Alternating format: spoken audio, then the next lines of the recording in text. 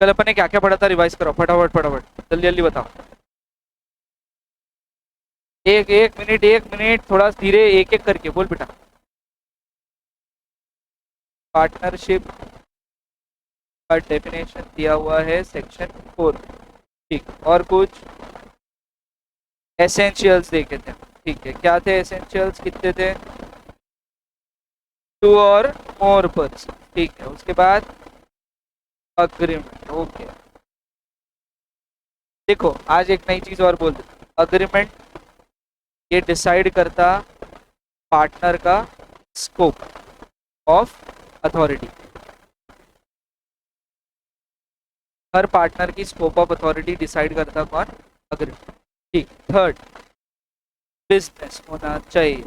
Business का मतलब क्या था? ट्रेड भी और profession, any trade and profession but which should be obviously lawful, legal होने चाहिए। नेक्स्ट, उसके बाद correct, share of profits, share of profits. Share of profit के साथ साथ क्या था? एज वेल एज लॉस, मतलब दोनों का भी इक्वल इंपॉर्टेंस है। यहाँ फिर मैंने आपको ये बताया था कि कैपिटल कंट्रीब्यूशन, प्रॉफिट शेयरिंग और इवन लॉस, ये तीनों भी रेशियोज वेराई कर सकते हैं, अलग अलग हो सकते हैं। डिपेंड करता है कि आपने अग्रीमेंट में क्या लिखा है उस हिसाब से।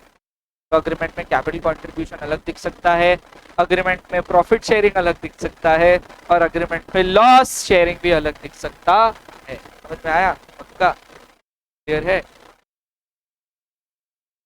प्रेम से बोलो क्या मान। ठीक है, आखिरी लास्ट, तो मैंने लिखा ना कैरिड ऑन बाय ऑल और anyone of them acting for all, ये तो लिखा मैंने अभी। ठीक है, म्यूचुअल, इसका मीनिंग समझाओ कल क्या बताया। देखो इसको शुरू कहाँ से करना मैं बता रहा हूँ, तुमने किसी को एक्सप्लेन किया तो तुमको भी तो आना चाहिए कि जब हम एक सिंगल पर्सन की बात करते तो वो कहलाता पार्टनर, और जब ऐसे ही और दो से ज्यादा लोग जुड़ जाते तो हम उसको एक साथ बुलाते, क्या बुलाते? Partnership firm. समझा क्या? फर्म क्रिएट करने का सबसे इम्पोर्टेंट चीज क्या है? इन तीनों के बीच में होना चाहिए ट्रस्ट, फेथ, वो भी गुड वाला, फेथफुल रिलेशन होना चाहिए, तभी जाकर के पार्टनरशिप काम करेगा, वरना नहीं काम कर सकता। ठीक है, अब समझाओ यहाँ पर कैसे समझाओगे म्यूचुअल एजेंसी, तुम समझो, शुरू ऐसे करना।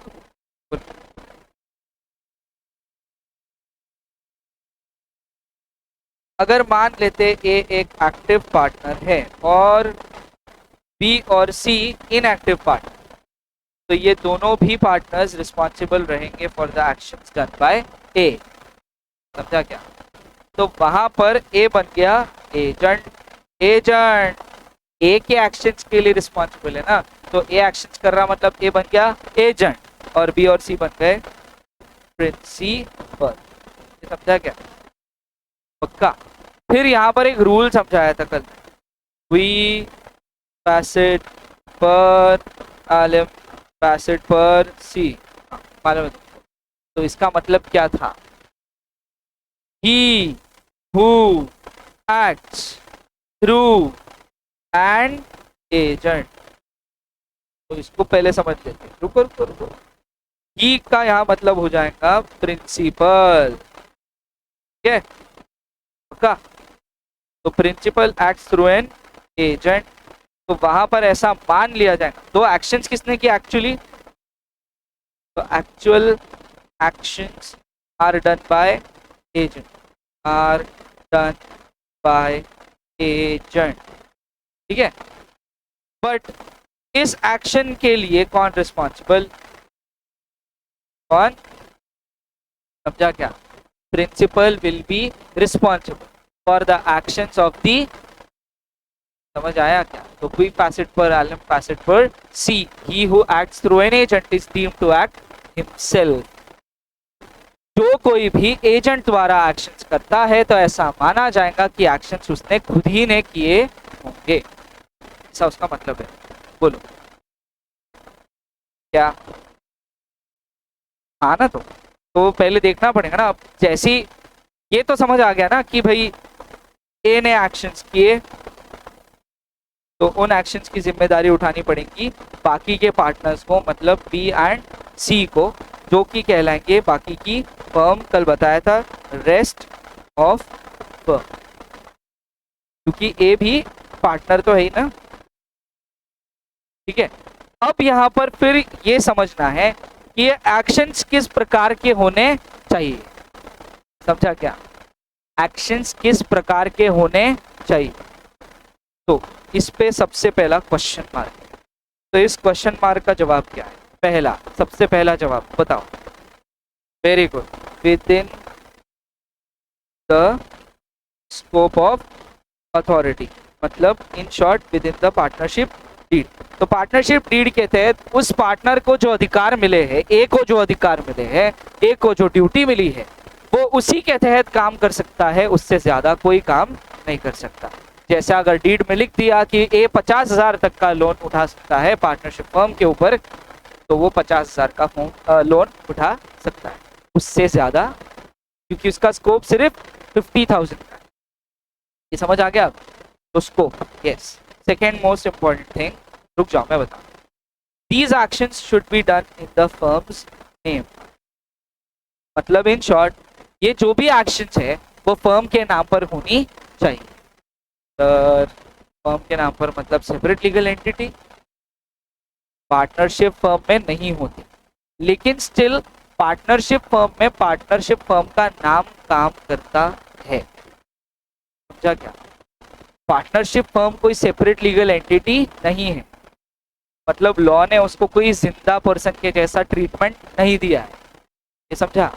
फिर भी partnership firm can hold assets in its own name, मतलब फर्म के नाम पर एसेट्स होंगी, इवन फर्म के नाम से कॉन्ट्रैक्ट भी होंगे, इवन और क्या, फर्म के नाम से लाइबिलिटीज भी। समझ आया? तो जो एक्शंस ए करेगा वो एक्शंस होने चाहिए in the name of firm. अब इससे इनका मतलब क्या है फिर? सर अगर आप सेपरेट लीगल एंटिटी नहीं है ये बोल रहे हो, तो फिर इससे इनका मतलब क्या है कि भाई फर्म्स नेम का मतलब क्या है यहाँ पर? तो अपन लिख देते रेस्ट ऑफ, मतलब रेस्ट ऑफ दी पार्टनर्स। समझ आया? ये फर्म नेम का मतलब है। समझ आया? थोड़ा समझ आया? ठीक। थर्ड नंबर का पॉइंट, गुड फेथ में होने चाहिए। फोर्थ नंबर का पॉइंट, कॉमन बिजनेस या कॉमन इंटरेस्ट में होना चाहिए। यहाँ वर्ड कॉमन क्यों यूज किया? सारे ही पार्टनर्स के हित में होना चाहिए। समझ आया? सारे ही पार्टनर के हित में होना चाहिए। क्या? एक्शंस। तो जो भी आप एक्शंस करोगे that should be in the common interest of the firm. तो अगर इतने पॉइंट्स आप सेटिस्फाई करते हो तो देन इस एक्शन के लिए बी और सी रिस्पॉन्सिबल होंगे। समझा कि नहीं समझा? अगर ए ने इन सारे पॉइंट्स का ध्यान रखा है तो फिर बी और सी ए के उन एक्शंस के लिए रिस्पॉन्सिबल है। समझा कि नहीं समझा? अब देखो, वो बोलते ना, कर्म किए जा फल की चिंता ना कर। फल मिल भी सकता है, फल तो एक्शंस करेगा कौन? एक्टिव पार्टनर, लेकिन एक्शन का परिणाम कुछ भी हो सकता है, प्रॉफिट भी हो सकता है। तो समझ आया क्या? तो आप ऐसा नहीं कर सकते कि मैं सिर्फ प्रॉफिट में हिस्सेदार हूं, लॉस में नहीं। ऐसा नहीं हो सकता, बिकॉज अपन ने अभी थोड़ी देर पहले पढ़ा कि profit sharing as well as loss sharing is also important. सिर्फ सुख के साथी नहीं, दुख के भी साथी होने चाहिए। समझ आया? पक्का? तो in that case profit is also important as well as loss. तो फिर सर हम डिसाइड कैसे करें? तो तुमको फोकस करना है सिर्फ कि जो इस एक्टिव पार्टनर ने एक्शन किए हैं उसने वो 4 पॉइंट्स को फुलफिल किया है या नहीं, बस इतना ही चेक करना है। आपको ये चेक नहीं करना है कि उस एक्शन से प्रॉफिट हुए या उस एक्शन से लॉस हुए। आपको सिर्फ इतना चेक करना है कि भाई जो 4 अपने पॉइंट्स पढ़े, एक विद इन द स्कोप, दूसरा गुड फेथ या फिर फर्म्स नेम, तीसरा गुड फेथ, और आखिरी एक कॉमन इंटरेस्ट। ये 4 पॉइंट्स। तो अगर ये चारों पॉइंट सेटिस्फाई हुए हैं तो मतलब आपके उन एक्शंस के लिए, एक्टिव पार्टनर के उन एक्शंस के लिए बाकी की फर्म जिम्मेदार मानी जाएंगी। As well as active partner भी रहेगा, लेकिन बाकी की फर्म भी जिम्मेदार रहेगी। तो मान लेते कि इन एक्शंस के वजह से इन तीनों को लॉस हुआ 30,000। मैंने तीनों को क्यों बोला? क्योंकि ये लॉस एक्शन से हुआ एक्टिव पार्टनर के, मगर जिसने चारों पॉइंट सेटिस्फाई किए थे। तो मतलब the actions were for the favour of the firm, good faith में फर्म नाम पर, और इवन ए के बिल्कुल एक्शंस के तहत था, मतलब with in the scope of authority था। तो उस एक्शन को करते करते 30,000 का हो गया नुकसान। 30,000 का नुकसान बटेगा ए, बी और सी तीनों। समझा कि नहीं समझा? पक्का। एक्शन जबकि किसने किए? ए ने, बट फिर भी कौन कौन रिस्पॉन्सिबल है? तीनों भी। क्लियर है? सर अगर मान लो गलती से ए ने out of the scope of authority जाकर काम कर दिया, तो बी की लाइबिलिटी और सी की लाइबिलिटी हो जाएगी खत्म। But this is subject to one restriction, एक एक्सेप्शन आएगा वहां पर, लेकिन ये सेकेंड यूनिट में आएगा, फर्स्ट यूनिट में ऐसा कुछ नहीं। तो फर्स्ट यूनिट में आपके लिए ये बात पॉइंट बहुत क्लियर है कि अगर ए के actions with in the scope नहीं है तो बी और सी रिस्पॉन्सिबल भी नहीं। क्लियर? पक्का? मैं कल का रिवीजन किया, आज समझ आया क्या? अब पढ़ लेते हैं। तो ए अगर एक्टिव है मतलब बी और सी प्रिंसिपल है, बी अगर एक्टिव है मतलब ए और सी प्रिंसिपल है, एंड अगेन सी अगर एक्टिव पार्टनर है तो ए और बी प्रिंसिपल है। समझ गया? पक्का? तो यहाँ पर एक लाइन बनता, every partner is an agent as well as, और बस इसी लाइन के वजह से बोला जाता वेल क्या नहीं समझ? क्लियर? पक्का? प्रॉब्लम कोई? मैंने थोड़ा आगे ले जाकर तुमको वापस पीछे लाया। ये जो अपन ने सब ऊपर पढ़ा नहीं है अभी, ये सारे कॉन्सेप्ट्स आपके यूनिट 3 और यूनिट 4 के, ठीक है? पक्का? तब तो बोलना क्या चाहता है? मैं समझ गया तेरी बात, असाइनमेंट मतलब समझ गया मैं, लेकिन असाइनमेंट को अप्लाई कैसे कर रहा हूँ? फिर से प्रिंसिपल असाइनर है और एजेंट असाइनी है, ऐसा बोलना है? सॉर्ट्स ऑफ है ही, क्योंकि काम डॉर्मेंट तो नहीं कर रहा। तो इन शॉर्ट डॉर्मेंट ने अपना काम किसको दे दिया? एक्टिव पार्टनर को। डॉर्मेंट पार्टनर्स ने अपना काम किसको हैंड ओवर कर दिया? एक्टिव। तो somewhere they have assigned their duties to the assignee, मतलब एक्टिव पार्टनर। लेकिन फिर यहाँ पर एक चीज याद रखना, अगर आप किसी को ड्यूटीज देते हो तो उसको अधिकार भी देने पड़ेंगे। एक एग्जांपल लेते हैं यहाँ कि अगेन ए, बी और सी तीनों पार्टनर्स, एक फर्म। बी और सी बोले हम फर्म के चक्कर में नहीं आएंगे, मतलब हम रोज आने वाले नहीं, उन्होंने हमको हिसाब के दिन बुलाना, आ जाएंगे, हिसाब करेंगे, प्रॉफिट लेंगे, घर चले जाएंगे, लॉस होगा तो लॉस देंगे, फिर घर चले जाएंगे, वॉटेवर। सिर्फ तूने लेकिन हमको बुलाना कब? हिसाब के दिन। इसका मतलब बी और सी दोनों क्या हो गए?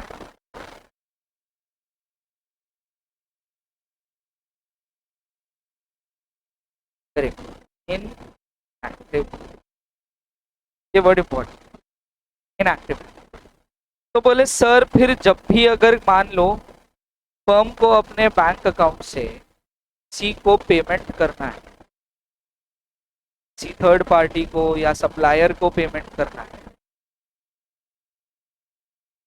कहाँ से, बैंक से, तो सर फिर वहां पर बी और सी आएंगे कि नहीं आएंगे? नहीं आएंगे। मैं बताता क्यों नहीं आएंगे। तो बी और सी ने क्या किया, अपने राइट्स ट्रांसफर कर दिए। एक, क्या किया उन्होंने, बी और सी ने मिल करके राइट जो है वो ट्रांसफर कर दिए टू ए। कैसे किए? पावर ऑफ अटोर्नी द्वारा, आया, पावर ऑफ अटोर्नी। इसका मतलब बी ने अपनी साइनिंग अथॉरिटी और सी ने अपनी साइनिंग अथॉरिटी किस में डाल दी, ए को दे दी। तो ए बन गया अब एक सिग्नेटोरी, ऑल्सो कॉल्ड एज ऑथराइज्ड सिग्नेटोरी। सिग्नेटोरी का मतलब साइन करने वाला पर्सन। तो चेक बुक पर चेक काटते वक्त कौन साइन करेगा, ए। और ये उसको पावर किसने दिया, बी और सी ने, मतलब अदर पार्टनर्स ने दिया। That is why he is called as, ये समझा क्या? तो अब एक चेक काट सकता है या नहीं काट सकता? अब इन शॉर्ट चेक इशू कर सकता है। बिल्कुल, एक के अकेले की सिग्नेचर से भी चेक इशू हो जाएगा, हाँ हो जाएगा, कोई प्रॉब्लम नहीं। Reason exact, signing authority B और सी ने ट्रांसफर कर दी किसको, समझा क्या? एक नया वर्ड सिखा देना है, शायद काम में आया कभी। तो ये अपन ने बोला ए और बी और सी ने अपने साइनिंग राइट्स ट्रांसफर कर दिए किसको, ए को। इसको एक और नया वर्ड है, वेस्ट कर दिए किसको, ए को। समझ गया ना, मतलब समझ गया उसका सेंस, समझा? B and C have vested their powers to A, या फिर in A. B and C has vested their powers in A, मतलब उन्होंने अपने पावर किसको दे दिए, ए को दे दिए। इसका मतलब वही, सिर्फ वेस्टेड बोलने से ना थोड़ा सा उसके अंदर क्या सेंस आ जाता, जुड़ जाता, वो है भरोसा। ट्रांसफर में भरोसा वाला वर्ड यूज नहीं, वेस्टेड में ट्रस्ट वाला वर्ड आता है, क्योंकि वेस्टेड ये वर्ड शुरू ही होता ट्रस्ट से। वेस्टेड का मतलब बी और सी ने भरोसा जताया है किसमें, ए में। ये समझा कि ए इस पावर का गलत इस्तेमाल कभी नहीं करे, वो बोलते। क्लियर है अब? तो ये याद रखना सर, लर्न मत करो, हो जाएगा ऑटोमेटिक। वेस्टेड ये वर्ड याद रखना, वेस्टेड का मतलब transfer, and this transfer is on भरोसा। समझ आया? पक्का? प्रॉब्लम को यहाँ तक क्लियर एकदम? एक और चीज बस आखिरी, ये कंसेप्चुअल है और ये समझना जरूरी है।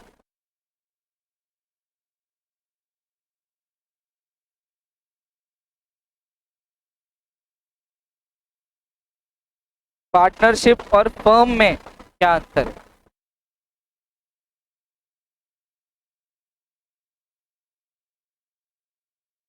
बोल, जल्दी बोलना, जो बोलना है जल्दी बोल।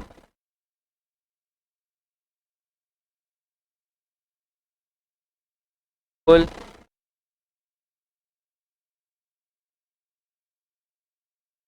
What is the difference between partnership and firm? बोल अक्षय। पार्टनरशिप को बोला जाता, ठीक है, relation between partners is called as partnership, friendship जैसा कुछ है। और फर्म, वो तो वो तुमको पता है, फिर मैं पूछता ही क्यों था? अगर मेरे को यही जवाब चाहिए होता कि रेस्ट ऑफ दी फर्म या फिर रेस्ट ऑफ दी पार्टनर्स या ऑल पार्टनर्स, ये जवाब नहीं चाहिए आपको। क्या चाहिए? कुछ और, ऑर्गेनाइजेशन, थोड़ा क्लोज पहुंचा था, डायरेक्ट बोल दे बस, एक वर्ड चाहिए डायरेक्ट। फर्म का मतलब होता है ना, रिलेशन टू डू बिजनेस, ये एक्चुअल है पार्टनर। हाँ, पक्का क्लियर है? प्रॉब्लम है कोई इधर तक? रीड कर लेते हैं। Definition of partnership, partner, firm and firm name. Section 4. Partnership is a relation between the persons who have agreed to share the profits of the business carried on by all or any of them acting for all. Same चीजें पढ़ाई मैंने आपको, कुछ नया नहीं पढ़ाया. Persons who have entered into partnership with one another are called individually as partners and collectively they are called as firm. ये भी पढ़ा अपन ने, याद आया? ए बी सी को तीनों को मिलाकर बोलेंगे फर्म, और ए को अकेले को इंडिविजुअली बुलाएंगे पार्टनर, बी को इंडिविजुअली बुलाएंगे अगेन पार्टनर, सी को इंडिविजुअली अगेन बुलाएंगे partner. And the name under which their business is carried on is called as firm's name. मैंने ये भी बताया. कैसे बताया? बता दें कि सब कुछ किसके नाम पर? फर्म के नाम पर. वो within the scope, in the firm name. आ गया था सेकेंड नंबर का पॉइंट, वही तो है. अब आते हैं एलिमेंट्स पे. So the definition of partnership contains the following 5 elements which must coexist. Coexist बोले तो साइड बाय साइड होने ही चाहिए. साइड बाय साइड नहीं, एक्चुअली ये कोर एस्पेक्ट्स होने ही चाहिए before a partnership can come into exist. Association of 2 or more persons must be a result of an agreement. Agreement का यहाँ मतलब है partnership deed. Partnership is organized to carry on some business. मतलब तीसरा point हो गया business. चौथा, agreement must be to share profits of the business. मतलब profit sharing. और आखिरी, must be carried on by all or any of them acting for. ये सब essentials में आने वाले हैं. Essentials ध्यान से पढ़ना, ये essentials पर tricky questions पूछते हैं. देखो हम क्या करते हैं, हम पढ़ तो लेते और वो इजी लगता है एसेंशियल एलिमेंट्स, इसके लिए हम छोड़ते. थोड़ी थ्योरी अपन ध्यान से नहीं पढ़ते, लेकिन ध्यान से पढ़ोगे तो हर सवाल का जवाब होगा. तो ट्रिकी भी होगा तो भी तुम जवाब दे पाओ. तो एक ही बार ध्यान से पढ़ना पड़ता, बस बार बार भी नहीं पढ़ना पड़ता. एक बार तुमने अगर इसको ध्यान से पढ़ लिया, तुमको दोबारा ध्यान से पढ़ने की जरूरत नहीं पड़ेगी, क्योंकि दूसरी बार पढ़ते वक्त तुम्हारा ऑटोमेटिकली वो रिकॉल हो जाएगा कि हाँ, बताते वक्त या पढ़ाते वक्त सर ने ये बताया. एक ही बार, बस एक ही बार ध्यान से पढ़ना. हेडर्स ही लर्न करने पड़ते हैं एक्चुअली. लिखते वक्त आप इसकी थ्योरी मन से लिख सकते हैं. ठीक. Partnership is an association of 2 or more persons. Again only one person recognized by law can enter into an agreement of partnership. मैंने गलत बोल दिया. Again, only persons recognized by law can enter into an agreement of partnership. Underline करो और वहां persons इस word को क्या लिखो? Individual as well as bodies, corporates. मतलब कौन कौन? LLP, company, cooperative society. जिन लोगों को सेपरेट लीगल स्टेटस दिया गया है, 11th स्टैंडर्ड के एसपी में पढ़ा था कि जितने टाइप्स ऑफ बिजनेस ऑर्गेनाइजेशंस हैं, उनमें से 3 ऐसे हैं जिनको सेपरेट लीगल स्टेटस प्राप्त हुआ है. एक है एलएलपी, दूसरा कोऑपरेटिव सोसाइटी और तीसरा जॉइंट स्टॉक. और बाकी के तीनों को नहीं है. Sole proprietorship, HUF, partnership firm. याद है? ऐसे ही पढ़ाया था तब भी, याद रखें. So therefore a firm, since it is not a person recognised in the eyes of law, can not be a partner. मिल गया? अब भी बोला जस्ट मैंने ये, देखो पढ़ के बता. Therefore a firm, since it is not a person recognized by in the law, in the eyes of law. Not recognized in the eyes of law मतलब not a separate legal entity. समझा? अभी तो बोला. Again, a minor cannot be a partner in a firm, but can take benefits of the partner. कहाँ पढ़ा था? Rules, Section 11 of the Indian Contract Act 1872. Very good. कितने rules है? 15 rules थे और इसमें से एक ये था, minor cannot be a partner but can take benefits out of the partnership, मतलब कॉन्ट्रैक्ट। समझा? माइनर एज अ पार्टनर में भी अपन यही पढ़ा है कि माइनर एक्चुअल पार्टनर नहीं है, वो सिर्फ पार्टनर में एडमिट हो सकता only for the purposes of benefits.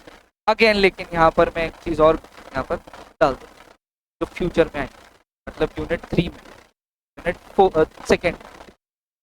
ध्यान देना।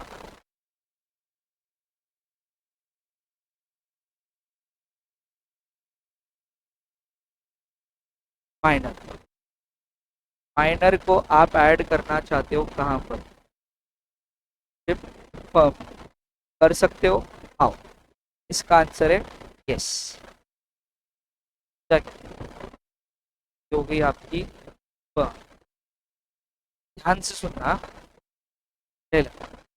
ऐड हो सकता या नहीं, यस और नो? तो आंसर है यस, क्योंकि उन्होंने सिर्फ कितना पूछा है, ऐड हो सकता। तो yes, a minor can be admitted to partnership. समझा क्या? सेकेंड, क्या एक माइनर पार्टनर होता है, यस और नो? तो आंसर करेंगे नो। और यहाँ पर अपने आंसर को सपोर्ट में आप लिखोगे वॉइड एब इनिशियो। समझा क्या? माइनर के साथ किए गए सारे कॉन्ट्रैक्ट्स या अग्रीमेंट्स वॉइड एब इनिशियो होते हैं।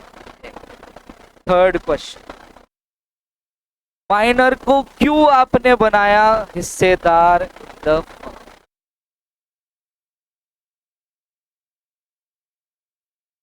फर्म?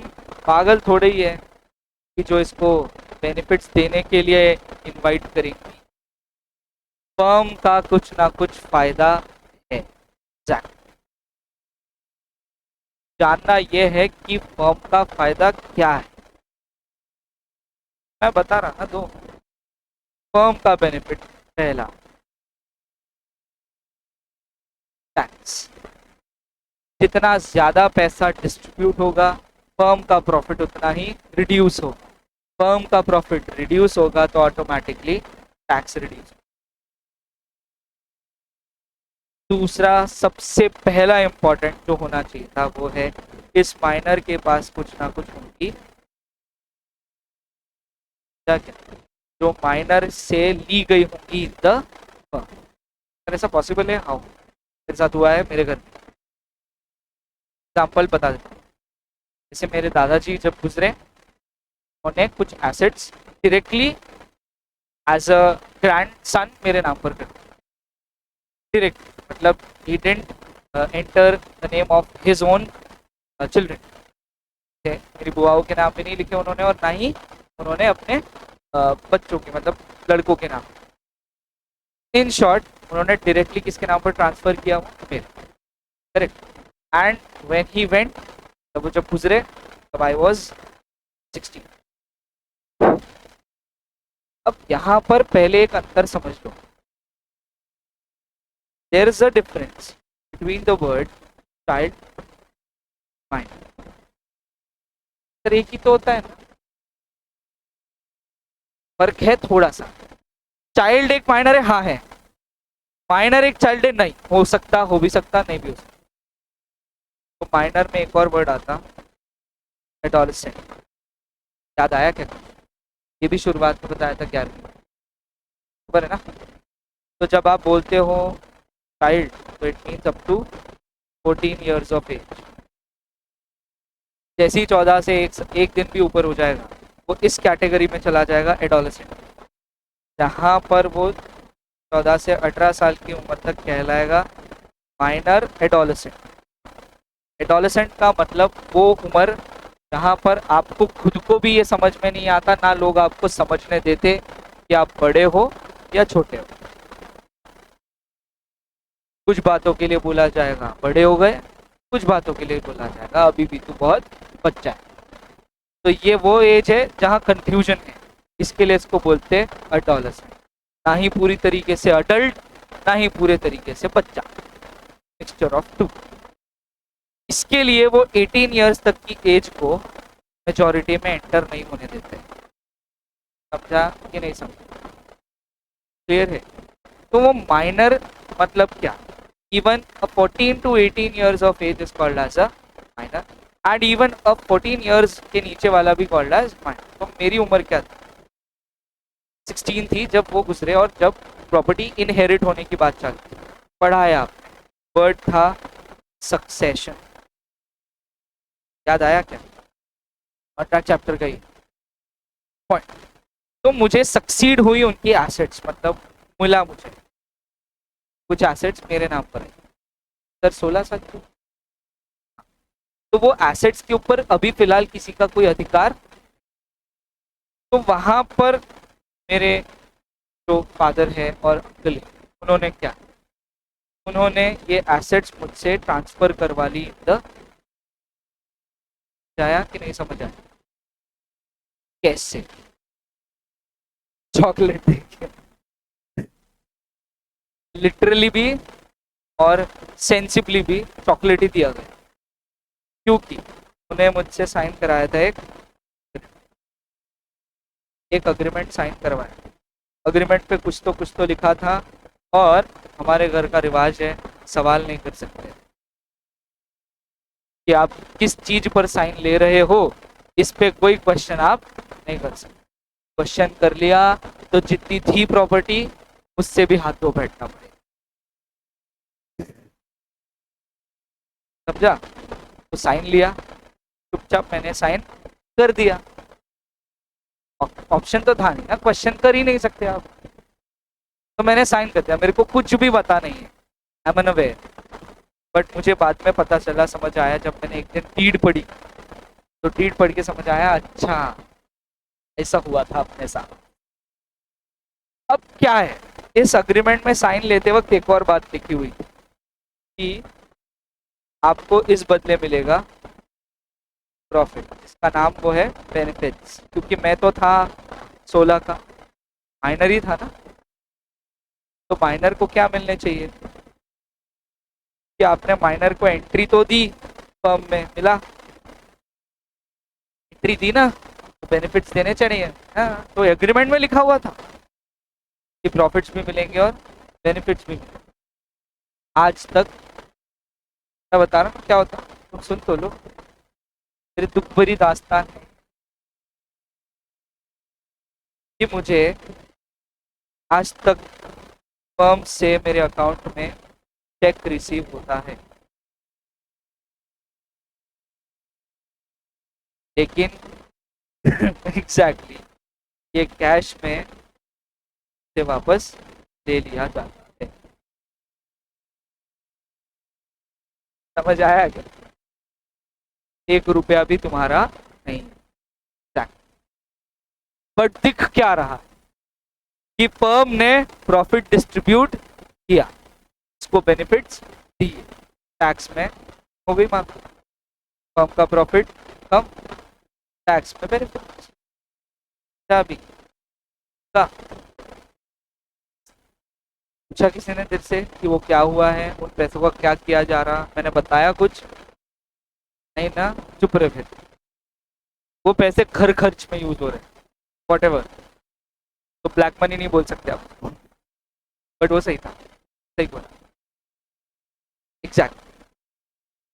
बट वो ऑब्वियस ही बात है, बिजनेस का झोल है. एडजस्टमेंट्स बोल लो, जहाँ पर आप ये चीज़ें एडजस्ट कर सकते. हाँ, ये हुआ मेरे साथ, जो कि मेरे दुख का कारण है. बट एक और सुख का कारण भी था कि अगर फर्म को किसी प्रकार का कोई लॉस होता तो मुझ तक नहीं आता.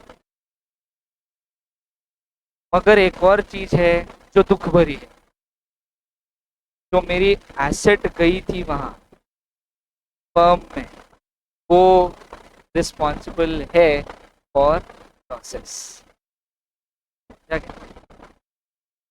मैं पर्सनली लाइबल नहीं, लेकिन जो एसेट्स मुझे इनहेरिट हुई थी और वो ट्रांसफर हुई थी किसको, फर्म को, वो एसेट्स रिस्पॉन्सिबल रहेंगी फॉर लॉसेस. समझ आया? तो आप एक माइनर हो फिर भी, हाँ मैं माइनर हूं फिर भी, बोला.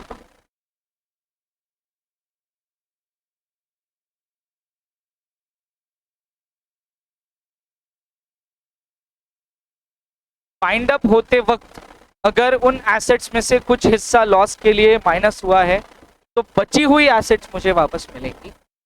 इन केस अगर सरप्लस में फर्म बंद हो रही है, जैसा कि अपन ने एसपी के 12th में पढ़ा है, तो मुझे ज्यादा पैसे मिलेंगे बंद होते वक्त। Mind up is important. लेकिन आज तक सच यही हुआ।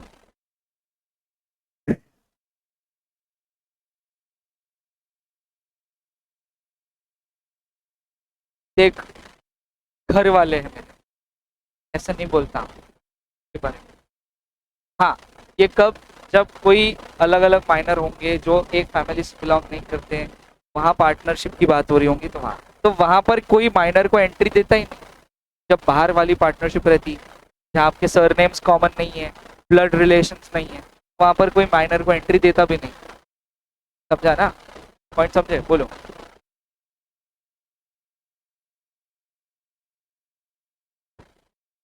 समझा नहीं मेरे को? मतलब एज अ माइनर किसी ने एक सॉफ्टवेयर बनाया, आगे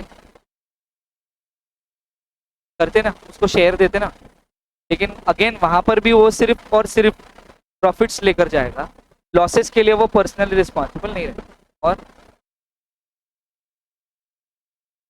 तो पॉसिबल है ना, मैंने ये नहीं बोला, लेकिन ज्यादातर के जब ये फैमिली बिजनेस को छोड़ करके आप किसी और के साथ पार्टनरशिप बिजनेस कर रहे हो, तो माइनर्स को एंट्री नहीं मिलती, क्योंकि माइनर से कोई बेनिफिट नहीं रहता कब, और ना ही माइनर को एंट्री करके अपने नुकसान कराएगा कोई। तो बेटर ऑप्शन ये रहता कि वो माइनर को दूर रखते हैं।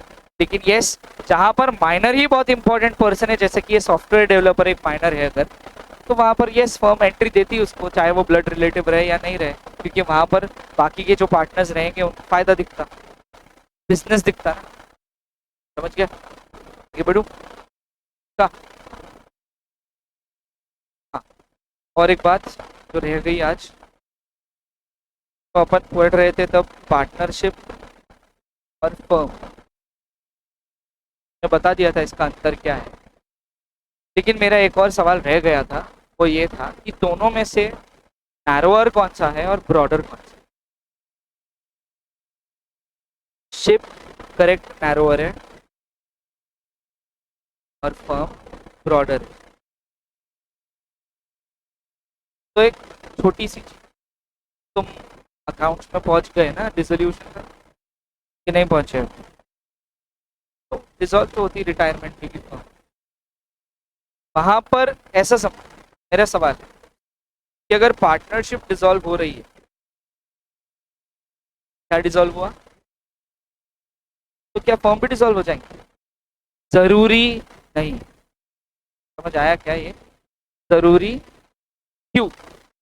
ए बी सी डी, इसमें से डी छोड़कर जा रहा, रिटायर हो, तो ए बी सी मिलकर अभी भी बिजनेस को कंटिन्यू कर सकते हैं। तो यहां पर आप बोलोगे डिसोल्यूशन ऑफ पार्टनरशिप। समझा क्या? लेकिन जहां आपने फर्म बंद करने की बात करी, मतलब आप क्या बंद कर रहे हो? बिजनेस। ये रहा, क्या बंद कर रहे हैं आप? तो यहाँ पर क्या होगा? पार्टनरशिप ऑटोमेटिकली वाइंड अप होने वाली। समझ आया क्या? फर्म के बंद होने से पार्टनरशिप पूरी की पूरी खत्म हो जाएगी। पार्टनरशिप के खत्म होने से जरूरी नहीं है कि फर्म बंद हो जाए। याद रखेंगे? पक्का? कोई प्रॉब्लम है यहाँ तक किसी को? सारा कुछ समझ आया? डेफिनेटली। तो उतना पॉइंट कंप्लीट कर लेते हैं पहले।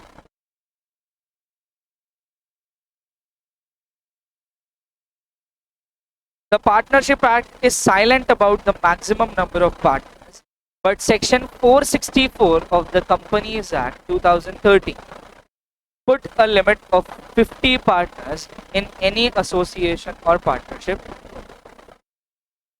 ये थोड़ा सा वेराई करेगा जब अपन डिफरेंस पढ़ेंगे तब, लेकिन फिलहाल के लिए कंपनीज एक्ट के सेक्शन 464 में दिया हुआ है कि एक पार्टनरशिप फर्म में ज्यादा से ज्यादा 50 पार्टनर्स हो सकते हैं। Agreement.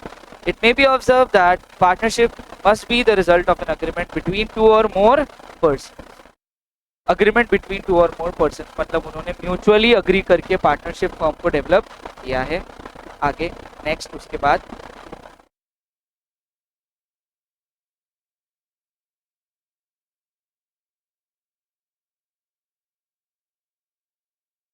Thus the nature of the partnership is voluntary and contractual. एक बार फिर से पढ़ रहा हूँ. It may be observed that partnership must be the result of an agreement between two or more persons. There must be an agreement entered into by all the persons concerned.